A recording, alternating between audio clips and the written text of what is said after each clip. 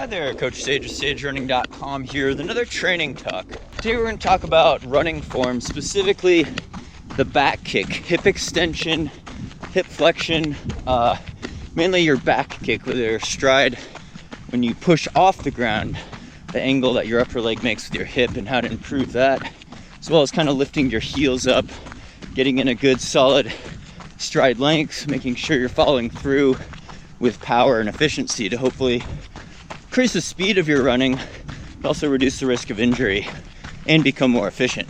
So the first mistake a lot of people make, myself included a lot of times, especially when you get tired or you're not thinking about your form, is sitting in the saddle, kind of thinking about riding your hips low, almost like you're in a bucket seat. So a lot of people get this problem because you get tight hips, tight lower back, tight glutes.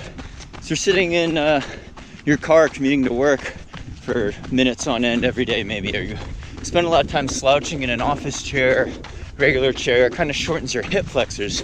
So it's important to run tall, try to lift your hips up, and that'll help open up the hip flexors, give you more power for your stride, and that kind of ties in with the hip stretch lunge I'm going to show you and the correct way to do that.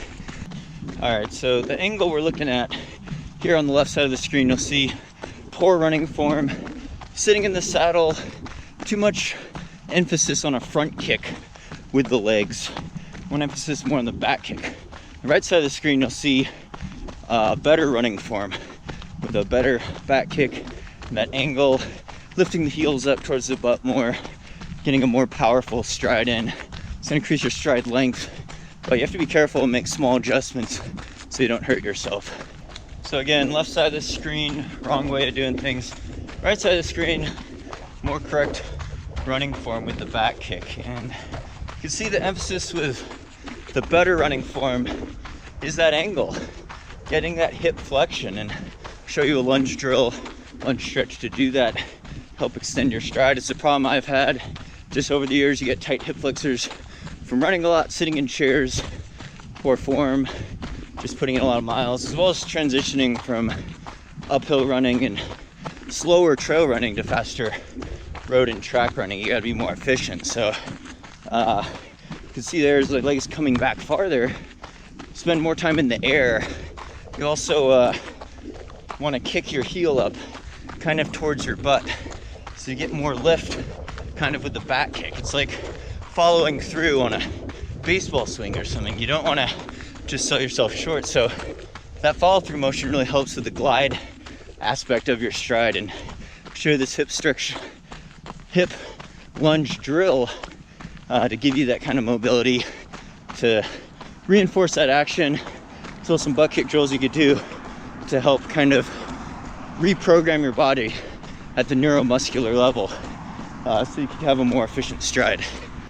Final note on the incorrect form on the left side of the screen, the emphasis is too much on reaching out in front, sitting in the saddle, really passive backswing, and reaching too far forward, getting more of a heel strike in, not giving very much power to your stride or very much flight time. So, it happens with tight hip flexors, which could also aggravate other aspects, other parts of your legs, core, lower back, even your glutes, cause a lot of injury and pain, as well as inefficiency in your stride. So let's take a look at the lunge stretch here.